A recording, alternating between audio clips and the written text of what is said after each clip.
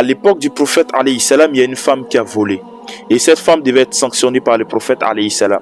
Et le prophète alayhi salam avait plusieurs visages en même temps. Le prophète était prophète messager, venait guider les gens, enseigner la droiture, interdire l'injustice, autoriser le bien. Ainsi, le prophète alayhi salam était un homme politicien. Il était quelqu'un qui gérait l'affaire des compagnons et des gens qui habitaient à Médine comme à la Mecque. Et en même temps, le prophète alayhi salam était un homme qui était juge, qui devait juger les gens. Ainsi, cette femme a volé.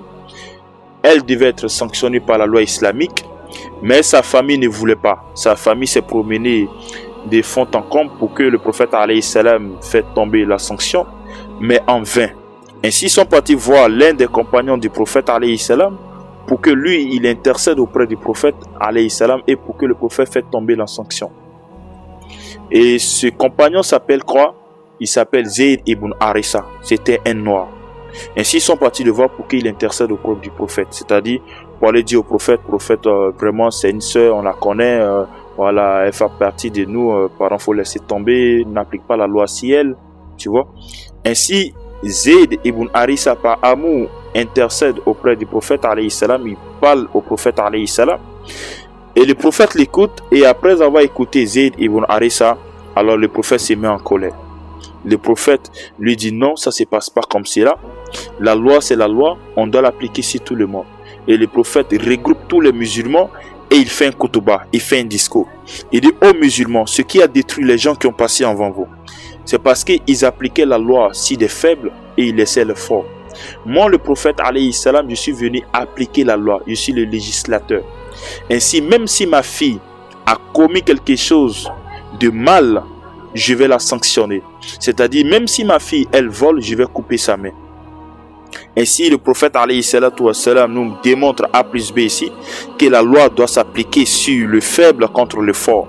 On ne doit pas laisser le riche faire des choses qui sont interdites et ne pas le mettre en prison ou ne pas le condamner. Et condamner le faible parce qu'il a fait quelque chose de mal et laisser le riche et laisser le fort. Ainsi, aujourd'hui, qu'est-ce que les imams font aujourd'hui? Les imams sont en mode sanction. Les imams sont en mode juge. Les imams sont en mode de représentation de l'islam, c'est-à-dire les représentants du prophète alayhi salam. Ainsi, ces imams sont censés d'interdire le mal et autoriser le bien, dénoncer ce qui est l'injustice et autoriser ce qui est la justice, ce qui est le bien. Mais aujourd'hui, qu'est-ce que les imams là font?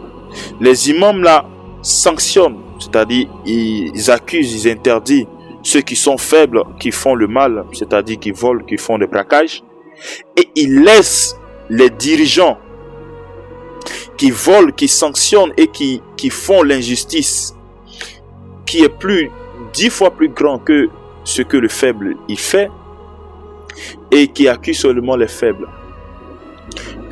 En vérité, qu'est-ce que je veux dire par là?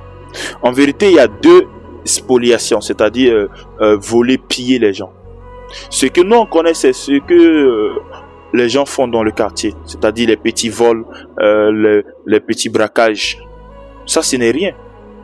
Mais ce que les dirigeants font et qui est invisible, qui sont les grands spoliations, qui sont les grands pillages, et qu'est-ce qu'ils font? Comment ils le font? Ils le font avec des lois.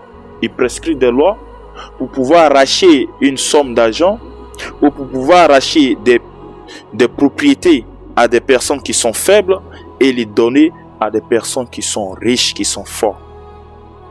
Et ça, c'est du vol invisible. Mais les imams ne parlent jamais de cela. Les imams ne parlent jamais de cela dans les discours.